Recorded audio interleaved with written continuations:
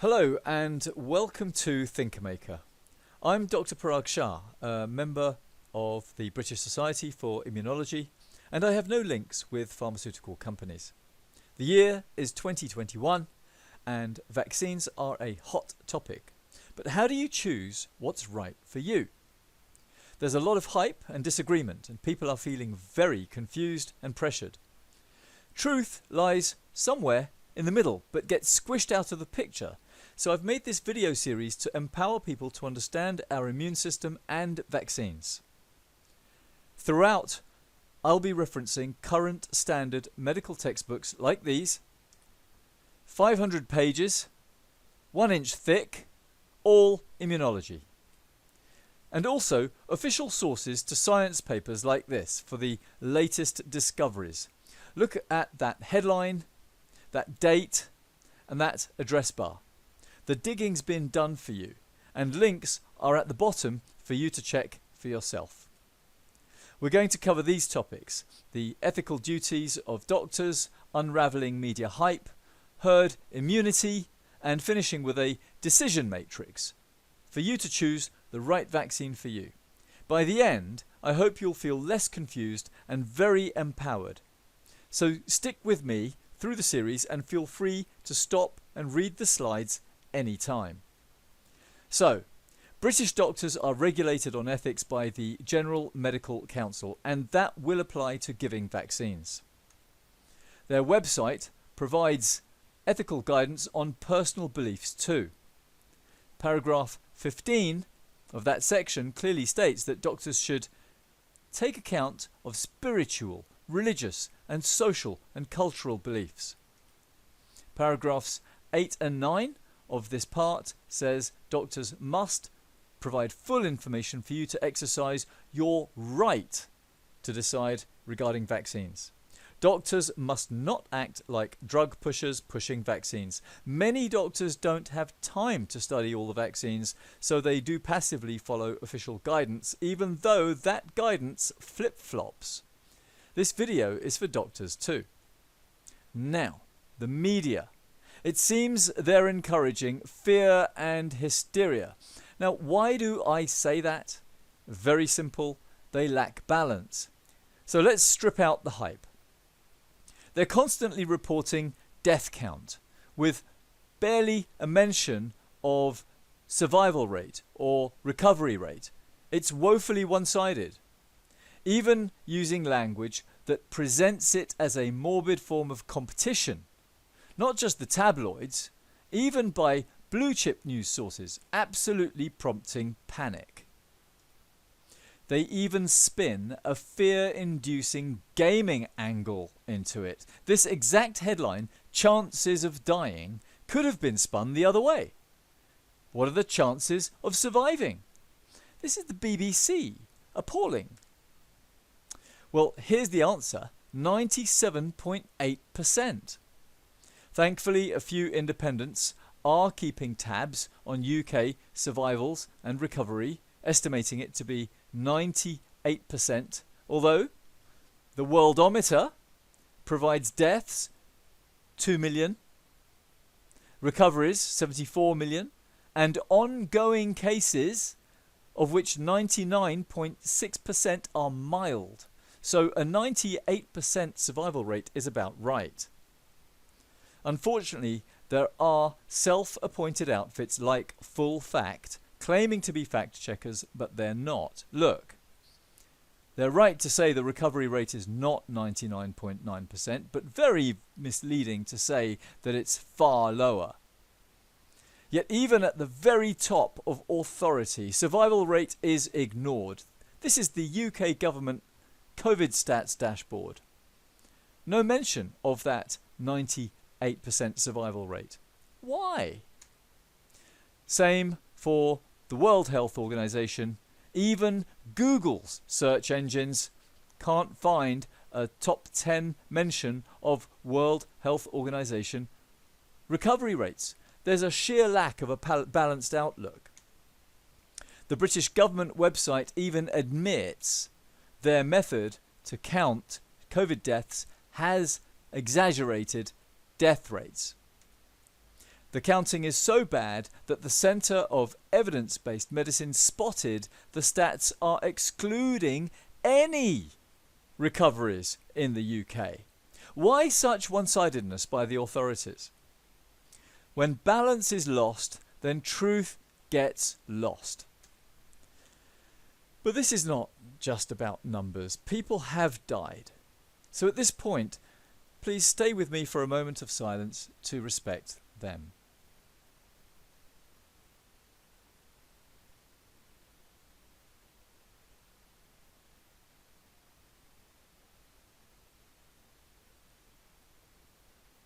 Thank you.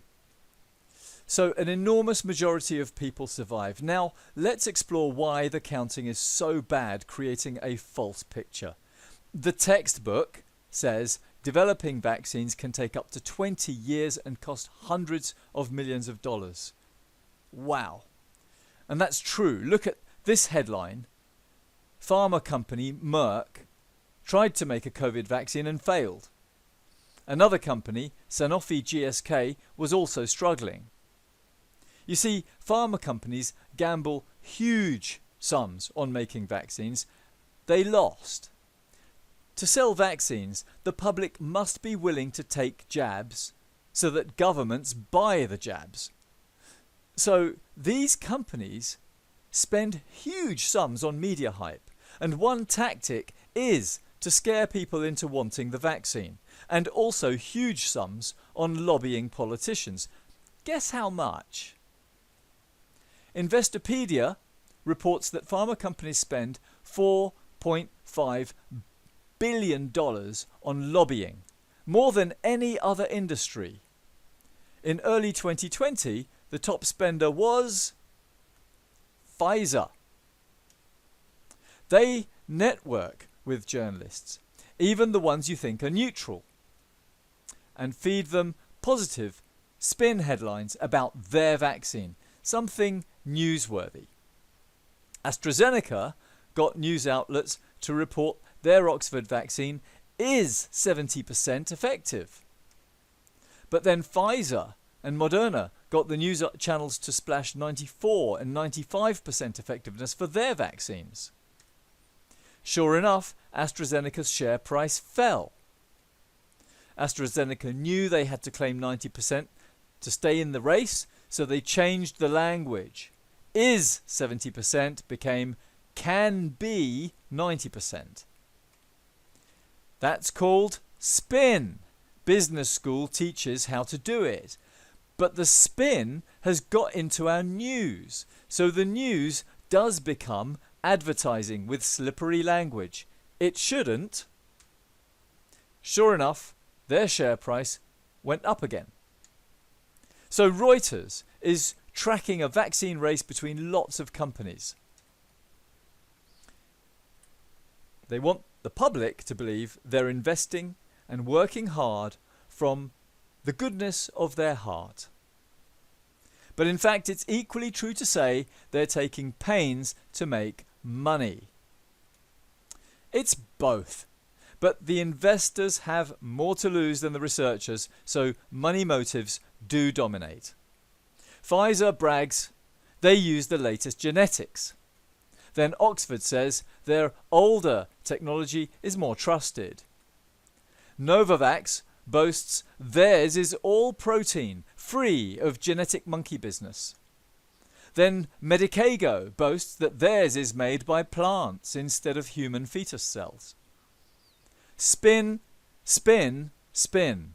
None of this is conspiracy, it's just free speech, democracy and capitalism in action with so much bragging. Listen. Protein vaccines are gonna bulldoze their way to the front. Anyway, there are also some things they're not talking about which medics should know because of that ethical duty around personal beliefs, including spiritual. For example, if someone is religious or has a pro-life ethic, the vaccine giver should discuss which vaccines are made using human cells, descended from an aborted human fetus, even if 50 years ago. The rationalist says these human cells are not the actual cells of the aborted body. Sure, but the spiritualist says these fetal cells are descended from this aborted life, and that matters. But did the doctor tell you? Did the vaccinator discuss alternative vaccines which are made by plants? Or which vaccine is vegan friendly, free of animal product? Some do use a drop of shark liver oil ingredient as an adjuvant. Most medics don't even know because their training doesn't attend these ethical issues. Sadly, some medics even rely on the news for info. But that's dominated by companies with big spin budgets. But of course, ethical standards do apply to vaccines. Experts and authorities are failing here. Now let's talk about the science. A lot of people talk about following the science or the evidence, as if they're gods. Media brainwashes us to give science all the glory. Look at these titles. And the arrogance. How we conquered the planet. We haven't. A constant diet of science's success, but never a list of fails. Should we put full faith in science? Just as we subtract losses from gains to get a true picture in finance, shouldn't we balance science fails against successes for the true picture? Let's do that. Science assured the Titanic was unsinkable. There was no evidence it would sink, but it sank. Science assured that drilling for oil in deep seas won't leak. There was no evidence for a leak, but it leaked to disaster. Science assured the Twin Towers can take aeroplane hit. There was no evidence against, but they collapsed. Science assured the longest suspension bridge won't collapse. There was no evidence that it could, but it did collapse in just 6 months. Science assured that Fukushima's nuclear plant safety systems would work. There was no evidence against, but safety systems failed. Science assured aerosols were safe for Earth's atmosphere. There was no evidence against, but the ozone layer got destroyed. Didn't think of that, did they? Science assured the first jet liners were safe with square windows. There was no evidence against square windows, but that square shape made them crash. Science assured a drug was safe during pregnancy, and there was no evidence it would harm babies, but hundreds of thousands of babies were born deformed. And now masks. First, the science said don't wear them. Then the science said masks can make things worse. Then the science did a U-turn advising to wear them. The science flip-flops.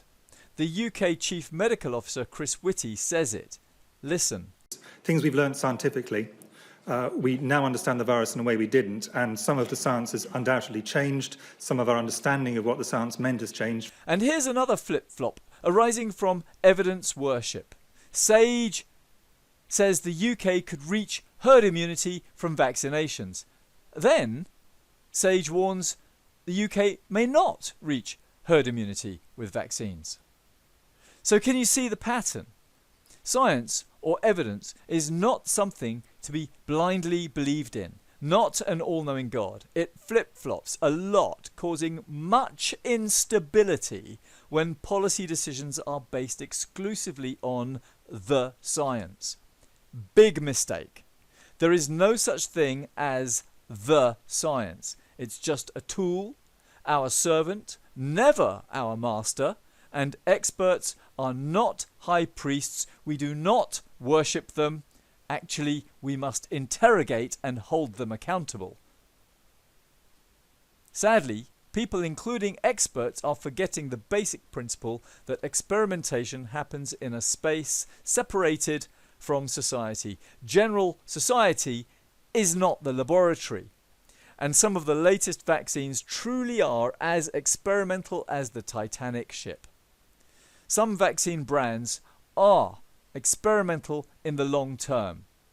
The test of time has not yet been passed. Nobody has a crystal ball. There cannot be evidence for future unforeseen things. The question for scientists is, which unforeseen problem are they not thinking of? It's irrelevant for them to say there is no evidence of problems. There will be no evidence for what they cannot imagine. Absence of evidence is meaningless, and that's why evidence must not be worshipped, but only considered. Experts now habitually forget that. The question for you is, do you want your body to be their experiment lab? And remember, the governments protected vaccine companies from liability. So no compensation to you if things go wrong. Such vaccines might still be worth taking, but the risk-benefit assessment varies for each person. This video series provides a decision matrix at the end.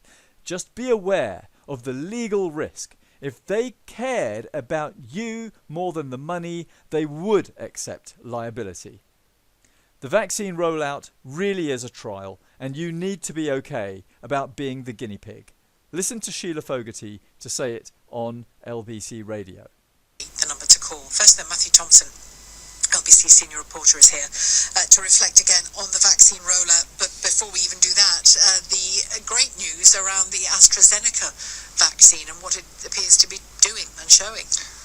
Oh, it's a hugely significant study, Sheila, done by Oxford University yesterday into the Oxford AstraZeneca vaccine, and there are three really incredibly important results. Now, first thing to say, we must be cautious. This hasn't yet been peer-reviewed. It's just worth reminding ourselves, isn't it, that the vaccine rollout is in and of itself, clearly it's a public health rescue mission, but in and of itself, it is also a trial.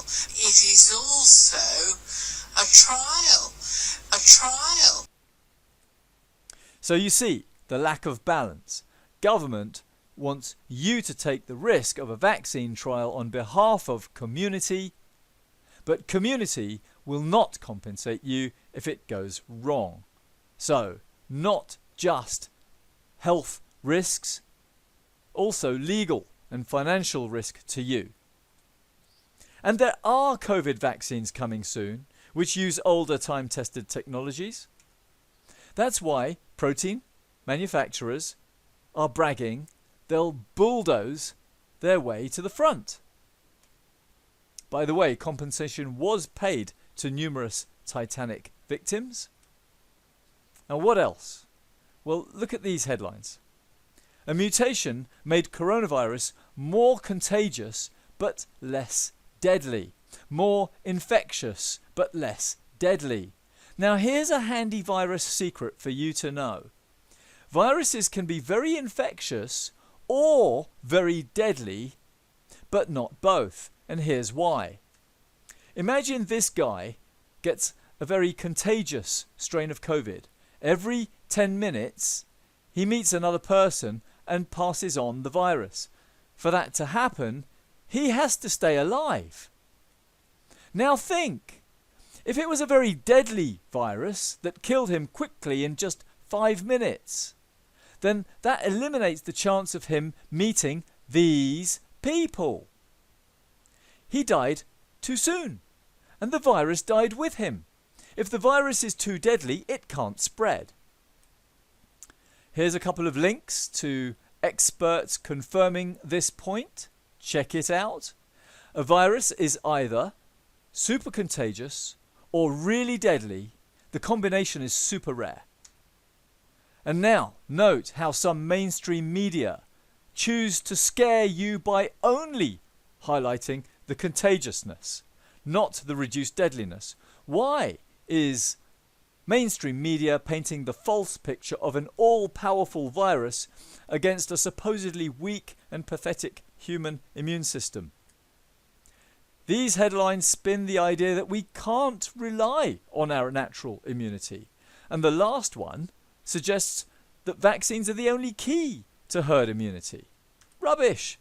And these headlines spin the idea that vaccines are better than natural immunity. Oh, and there's that slippery word again, can.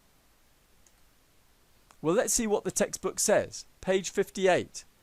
Look, our natural immune system retains memory, and the second time it sees an infection, the response is better with rapid and abundant antibody production. This is what antibodies look like. And they're the ones that catch COVID like this. But counting antibodies is not the best way to measure lasting immunity, because we need B cells. These guys manufacture the antibodies when needed. We'll talk more about how these immune cells work in the next episode. For now, just understand that if there's no COVID around, B cells happily let antibody levels fall. And that's fine. Why waste energy making them when not required? But it does remember what COVID looks like and keeps on the lookout. If it sees COVID again, it churns out more antibodies fast. The body is so dynamic and efficient. So to gauge long-term immunity, memory cells are more important than antibody levels. The media is not telling you. Now let's see the textbook definition of herd immunity. Page 64 says herd immunity is population immunity due to natural infection or artificial immunization. And remember, an estimated 98% of people survive this bug with natural immunity. None of the vaccines are achieving 98%. The human immune system is awesome. Now let's get the latest. This research, published February 2021, concludes that substantial immune memory is generated after COVID-19 infection. 95% retain immune memory for 6 months. There's the link. Check it out. And here again from the National Institute of Health, lasting immunity after recovery. And these latest science studies remind us that vaccines tend to be less efficient than natural infection at provoking immunity. Even professors from top-ranked medical school Johns Hopkins say it. Medical experts have been dismissive of natural immunity. Advice fails to take natural immunity seriously. Data shows that COVID-19 reinfections are rare and mild, and that's because the immune system works. But what about the headlines about vaccines being better? He says there's no data to support that. Okay? Get the message? So, the news is full of spin. Don't be fooled. Throughout this pandemic, there has never been any reason to doubt that the human immune system will do its job for the vast majority. Now listen to Professor Peter Openshaw responding to my radio phone-in question about natural immunity being better. 0345 6060 973. Professor Peter Openshaw with us until 5 o'clock. Professor of Experimental Medicine at Imperial College London, past president of the British Society of Immunology. And hi, what's your question, please? Hi, thanks for having me. My question for Professor, I've studied immunology, and as I understand things, I have an opinion that the immunity that you get after recovering from a natural infection is superior to any immunity you get from any vaccine. My opinion is based on the fact that natural infection creates antibodies against the tip of the spike of the virus, the stem of the spike of the virus, the body of the virus, and the insides of the virus, which is a whole bunch of antibodies, whereas the vaccines only make antibodies against the spike of the virus. Although that's important, it's causing a problem when the virus decides to change the shape of its spike. And that natural infection creates cells like T cells and B cells, which remember how to make antibody double quick time in future, and all of those categories of antibodies, which the vaccine will not do. Would you agree with my opinion, at least partially? Well, it's wonderful to speak to a fellow immunologist, and I hope you're a member of the British Society for Immunology. So you're absolutely right. I mean, a natural infection, which has got all the components of the virus, will induce a wonderful complete immune response, which spans across many different proteins, not just the spike protein. Here is a timeline of pandemics over the last 2,000 years. The bigger virus balls mean more deaths. That's HIV. That's smallpox 600 years ago. And here is COVID-19. But look how many pandemics humans have survived. Thanks to our natural immune system. It is odd that our governments and media claim to follow evidence but doubt natural immunity's long-lasting power. They ignore the immune success of thousands of years, so successful that we humans now overpopulate the planet, 7 billion of us. They also ignore science's established knowledge that natural immunity routinely develops long-lasting memory. There has been no solid reason to think otherwise. If we want our immune system to stay sharp for another 1,000 years, then, perhaps instead of chasing herd immunity, by aiming for everyone's immune system to be nannied by vaccines, we'll do well to ensure low-risk people, the majority, continue to be exposed to nature's bug to gain immunity by beating infection. So the collective immune system of society can evolve to stay fit for purpose, to make antibodies. Use it or lose it. Of course, it's important to recognise some are vulnerable with weaker immune systems. So vaccine support is given to them. But vaccines for all must never become an accepted rule, however much pharmaceutical investors would love that. What does the textbook say about the immune system? Evolution came up with a brilliant solution to infinite pathogens. That evolution must be allowed to continue. We don't have to vaccinate everyone, just the vulnerable. Let the others get mild illness for some days and beat it. Why? Because our natural immune system works. It's outrageous that politicians and state media have been touting the idea that natural immunity does not last with these scaremongering headlines, especially hypocritical as they claim to respect evidence. There has never been any robust reason to believe the immune system would not just do its job for the 98%. On the right here you see the BBC belatedly acknowledging immunity does exist even 90 years after the Spanish flu pandemic. Okay, that's it. The next section on the drama of battle, how COVID attacks and how the immune system fights back. Do watch. It's quite a show. Thank you for watching.